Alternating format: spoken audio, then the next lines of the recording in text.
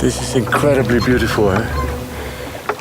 Lying in thin air, nearly 12,500 feet above sea level, Peru's Lake Titicaca is the legendary birthplace of the mighty Inca.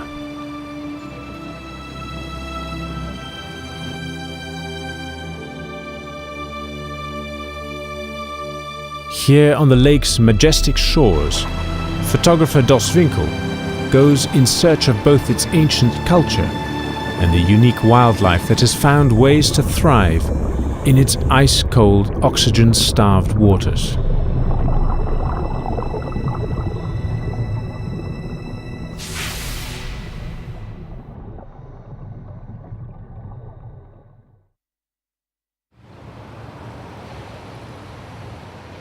The starting point for this journey of dramatic contrasts is Peru's capital, Lima, which for 3/4 of the year lies shrouded in a grey sea mist. We are battling the chaotic Lima traffic. For some reason, I have a sense of foreboding. Ahead of us is a 3-day road trip to our destination, the famous Lago Titicaca. Biologist Stefan Austermüller is our guide, and he is worried about the conditions we might encounter. 120 kilometers of the Pan American Highway in the south are destroyed by the recent earthquakes.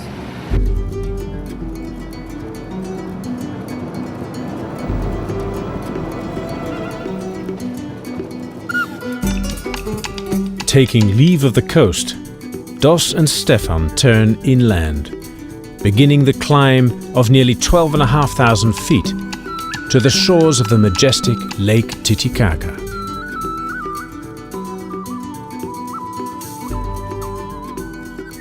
The alpacas and llamas quietly go about their grazing, more or less oblivious of my presence.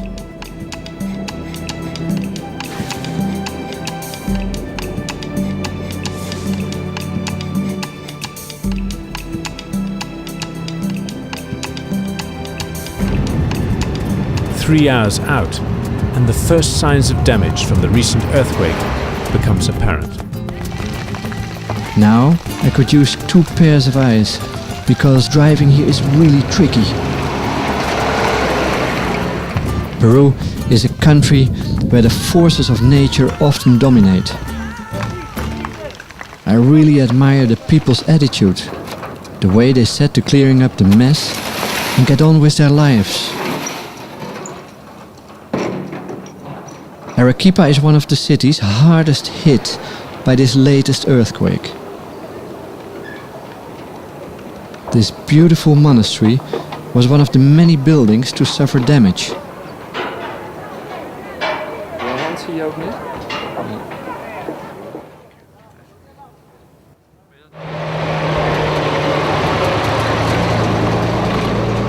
Although dust is one of the main enemies of camera equipment, I have to get out of the car to take some shots of these beautiful cactus flowers.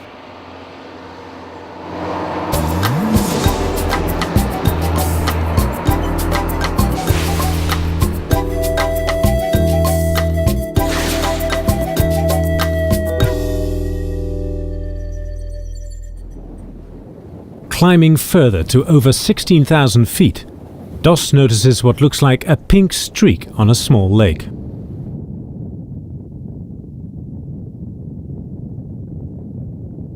And as we approached, in the biting wind and near freezing temperature, it becomes clear that this is a huge flock of flamingos. We hope to fool the birds by adopting this crude imitation of an alpaca. Since they feed on small crustacean, insect larvae and algae, these Chilean flamingo usually search for water where there are no fish with which to compete for food. Which explains why they're here on this icy, high-altitude mountain lake.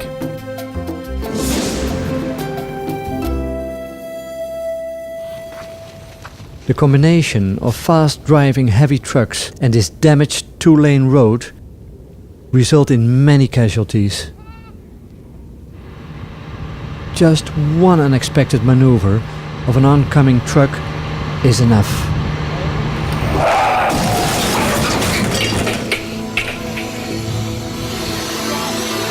Within minutes, drivers had stopped to help us.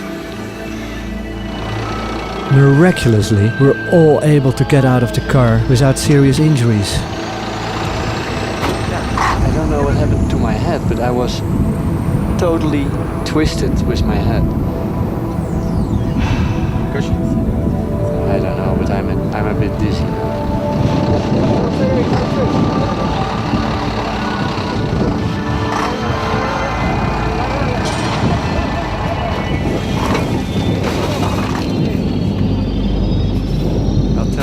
Have to be so lucky. Come and look with me on the other side of the road. This is the other side of the road. Look down there. That would have been our total end.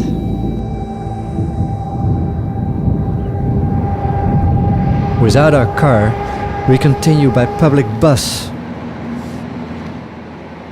And we all felt very lucky to be alive. A feeling that's only reinforced by the driver's habit of repeatedly kissing a crucifix. I'm happy to find out that my camera equipment is still working very well. And I'm really in trouble now, because we see so many beautiful things, but we can't stop.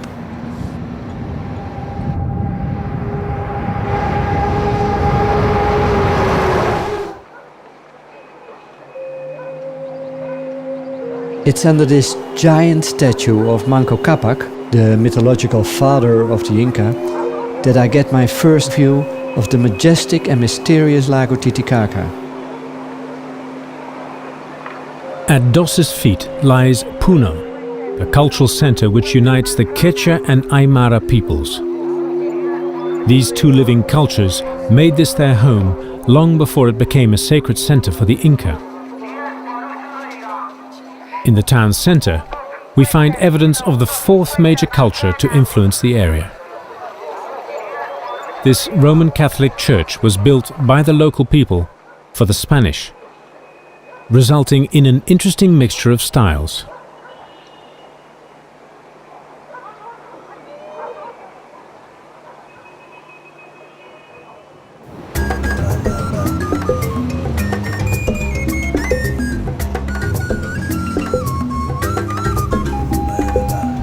Lake Titicaca's biggest tourist attraction are the floating islands of Los Yuros. Here the houses and boats, and even the islands themselves, are constructed from tortora reeds, which grow abundantly in the shallows of the lake.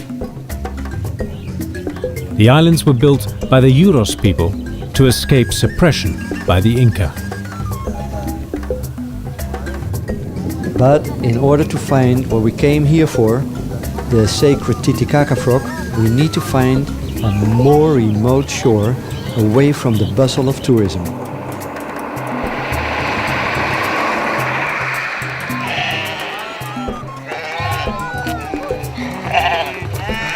For me, at this altitude, every movement seems to be a big effort because of the lack of oxygen. Watching these Aymara sheep herders treating their animals for skin parasites, I'm impressed with their energy in these harsh conditions.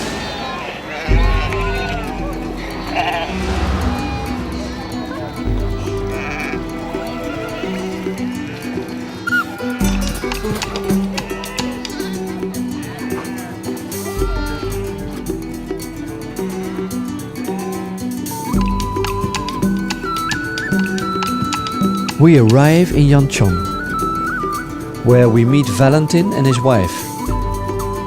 We're invited to stay with these friendly Quechua folk. Although more than ready to help, our new hosts are astonished by the amount of gear we brought. The dive gear in particular made them laugh. Where can we buy or borrow some oxygen?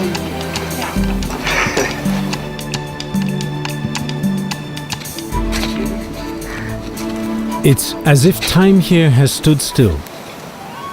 Using the traditional Inca hoe, Valentin cultivates maize, potatoes, and other vegetables. The old traditions still play a vital role in daily life. Here, weaving and other handicrafts are not being done for the tourist. The patterns used are centuries old. For a society without the written word, like the Quechua, these patterns can communicate the status of the wearer or tell stories of the community.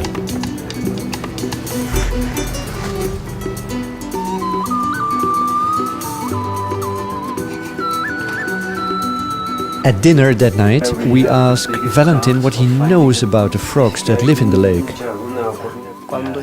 He tells us that they're used as medicine, mainly for a range of mental problems.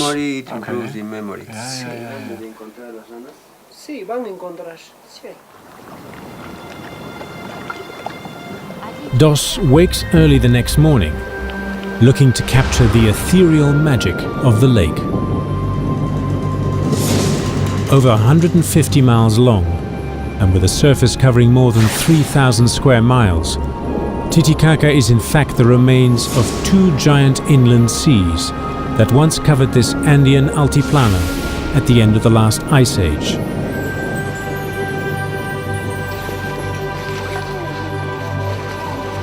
Next, the team prepares for their first dive in the sacred lake. Sacred because the Indian legend says that the sun god's children emerged from these ice-cold waters to found the Inca Empire. Later, when the Spanish came, it's said the lake became a secret hiding place for their gold. Before entering the water, Hendrik, my dive buddy and cameraman, and me have to chew coca leaves. Valentin insists that the gods be appeased. Then we make an offering to the water, the earth and our dive equipment.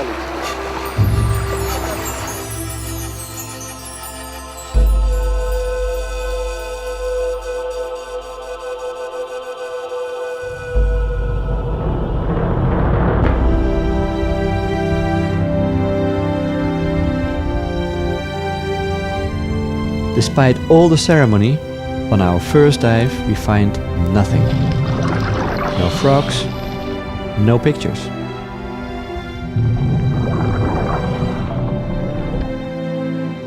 Valentin is concerned. In the last 5 years, he's noticed a drastic decline in the numbers of large frogs. Local researchers point to overfishing, organic pollution, and the introduction of trout as possible causes. But recently, an alarming new threat has appeared: a growing trade in live frogs with restaurants in the major cities, where they're blended alive and served up as a medicinal drink. Eventually, we find some small frogs with slightly different colors, markings and texture. As Valentin has said, these frogs are no bigger than 8 to 12 centimeters at the most. Frogs at this altitude are something special. Very few amphibians have been able to adapt to the extreme conditions encountered above 10,000 feet. But Titicaca's frogs avoid the huge variations in temperatures between day and night, and the intense ultraviolet radiation coming from the sun, by spending their life submerged, not even surfacing to breathe. The frog absorbs all the oxygen it needs through the skin, The bigger the frog, the bigger and more baggy the skin.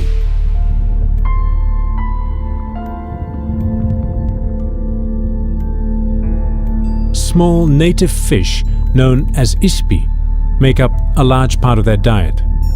But they're not that fussy, also eating snails, worms and small crustacea.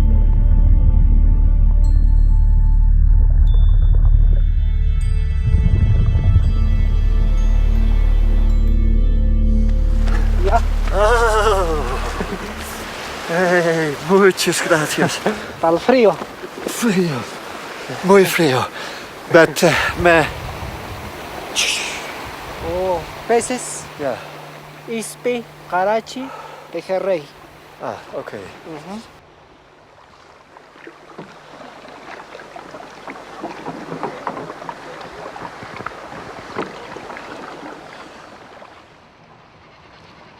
Now that Dos has seen his first frog, Valentin wants to explain to him more about how the locals view its special powers.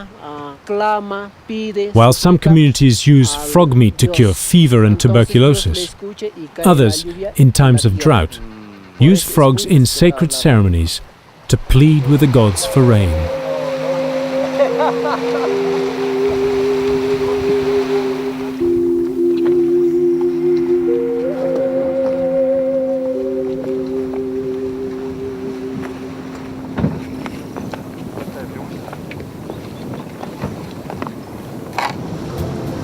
Determined to find bigger frogs, Dos and Stefan decide to make a journey across the lake to the northern shore, to the small island of Swazi.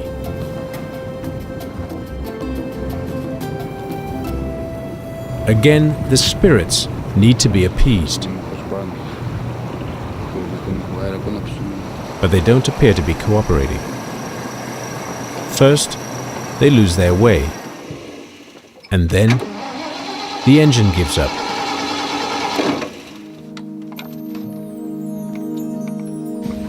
All the other engines we had, they failed. The cars, the trucks, the compressor. And now we have a ship engine. That's great.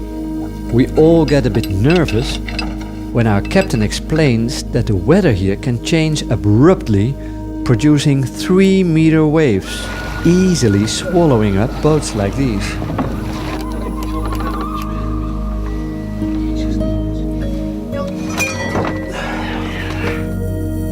Looking to make the most of this misfortune, Dos and Stefan decide to make a dive here and explore the reed beds.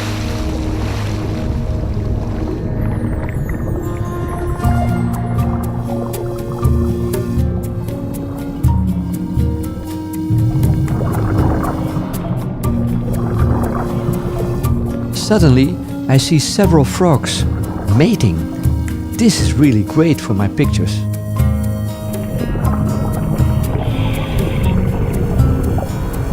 Another reason for worrying about the future of the Titicaca frog is that they're not particularly fertile amphibians.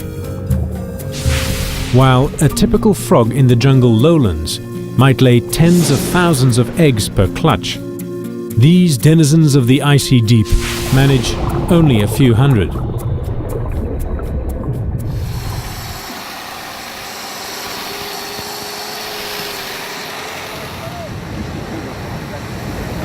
Finally, after more uncertainty, we meet a small boat that confirms we are heading in the right direction. And after a 6-hour trip across the lake, we reach Swazi.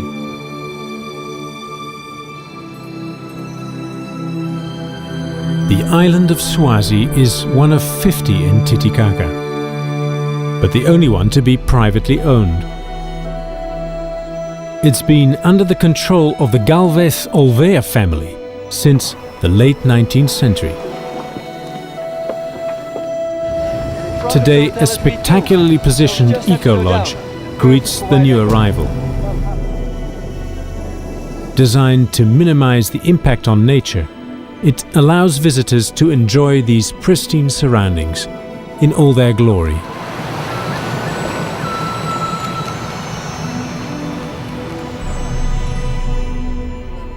The day-to-day management of the island is in the hands of granddaughter Consuela, who's proud to show off her domain.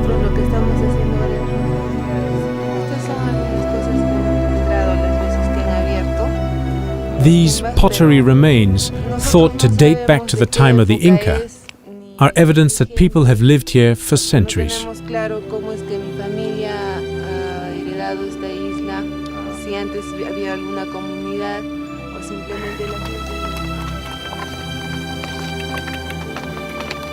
Consuela tells me of the plans she has for the island.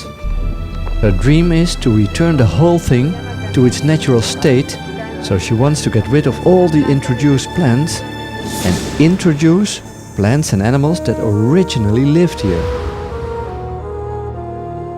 Now she already has lots of endemic plants. More than 20 alpacas and 4 vicuñas. Vicuñas are very shy creatures and close to extinction in the wild.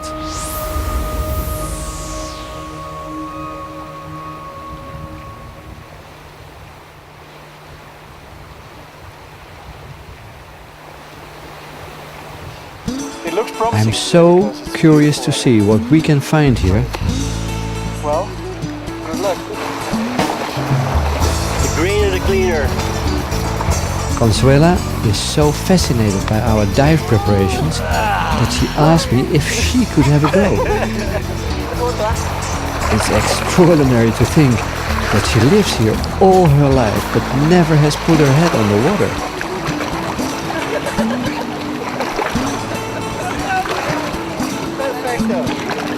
Then it's our turn.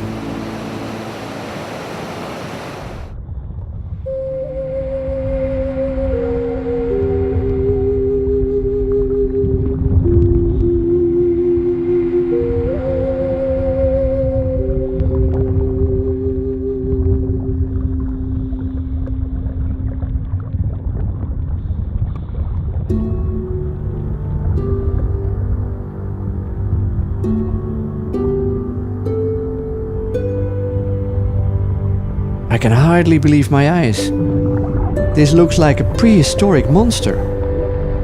He's wearing a skin that looks 3 sizes too big. This is the frog we're looking for.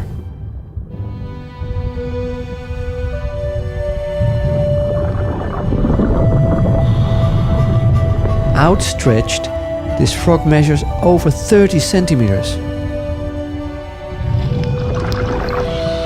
Although he never sees people, he's not afraid at all. On the contrary, he obviously enjoys being filmed.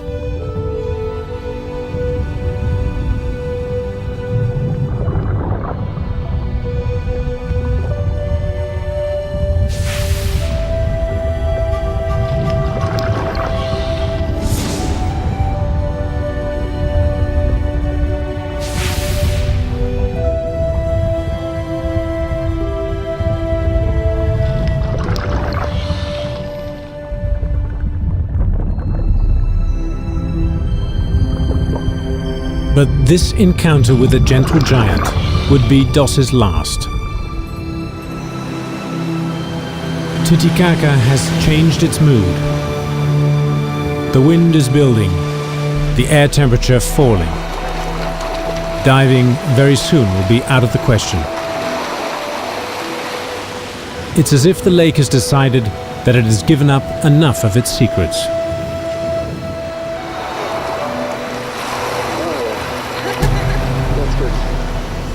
Calor, gracias. El café, ¿no?